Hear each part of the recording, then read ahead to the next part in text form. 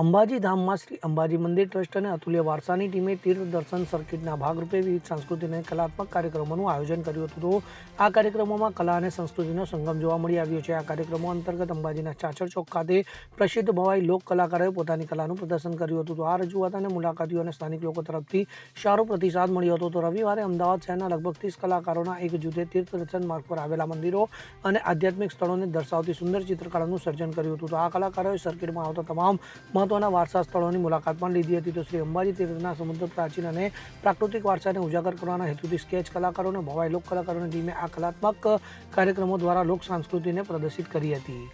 Bureau report CN24 news. હવે જુઓ દેશ દુનિયાની તમામ ખબરો તમારી આંગળીના ટેરવે. ઉઠાવો મોબાઈલ અને Google Play Store પરથી ડાઉનલોડ કરો અમારી CN24 ન્યૂઝ મોબાઈલ એપ.